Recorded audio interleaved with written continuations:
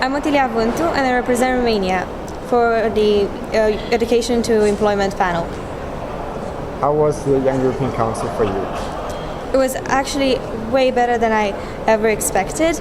I'm impressed by the diversity of the people I've met here, and because I'm really passionate about education, that's what got me here. I'm really interested in developing on the ideas that we got here together, and I'm really grateful for the fact that we got to learn from each other so much, and we finally reached consensus to make recommendations for the European Commission.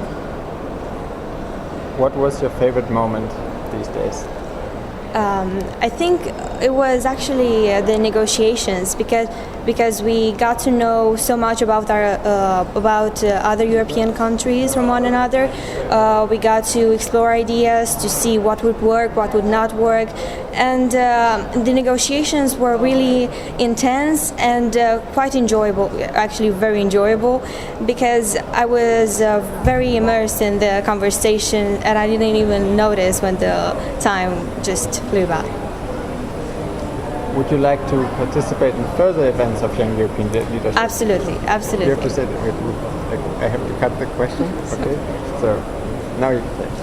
I would really like to further explore such occasions and participate in such events because you can really see that young people are willing to invest time and energy into creating something not only for themselves but also for future generations, because in our recommendations we thought about what would it be like when we would reach the working age. Some of us are already working or already studying. For me as a high school student, I try to think about what other generations to come would think about the policies we would implement.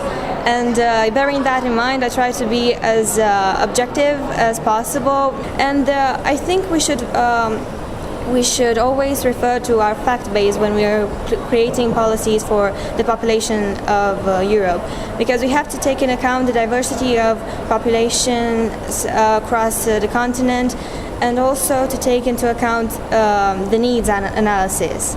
So I'm really glad to have participated in this event, and I'm really looking forward to the future.